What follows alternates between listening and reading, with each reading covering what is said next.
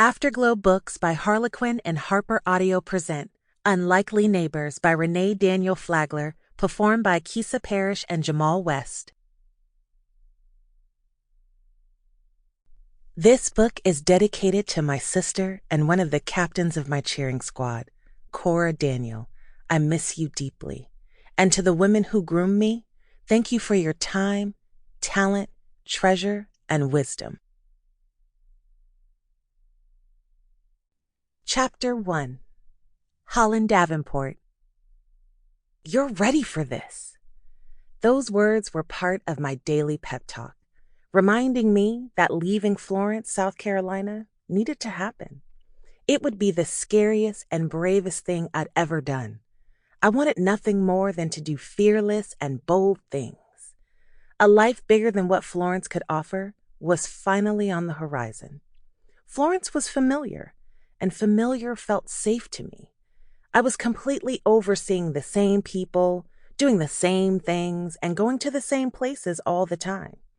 Days, weeks, months, and years clumped together into a mountain of sameness.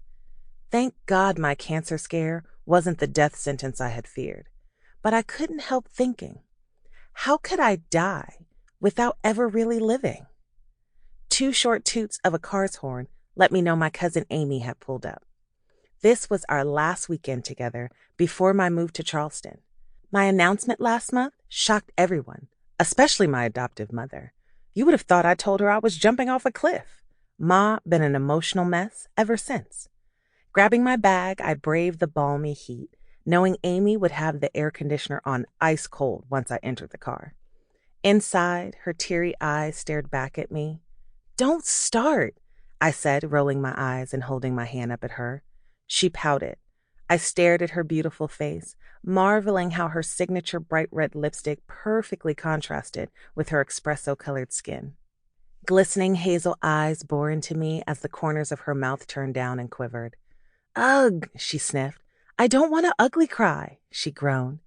Who would have thought you would leave this place before me?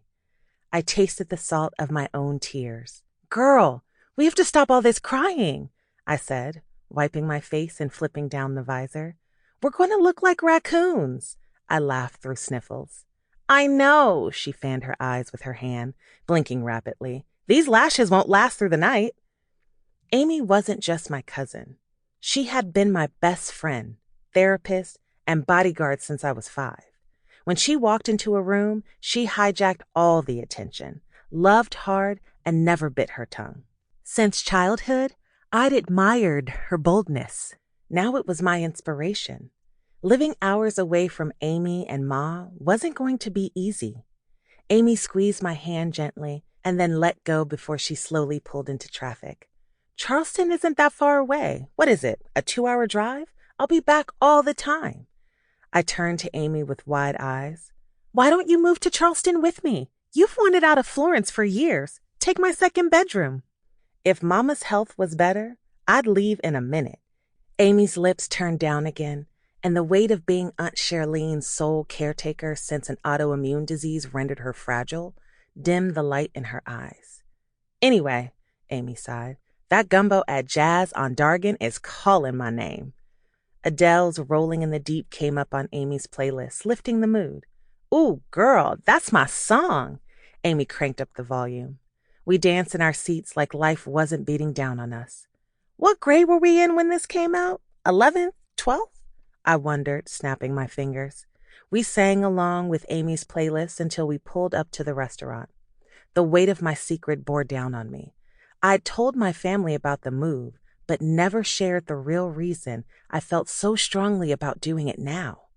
Amy had always been my confidant. Keeping her in the dark about this didn't feel right.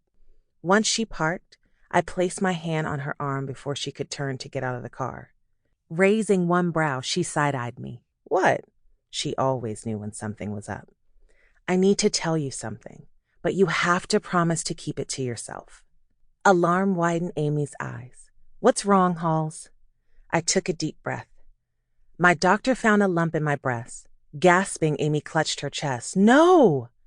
I'm fine, I said immediately, and watched Amy release the breath she held. It was small, I reassured.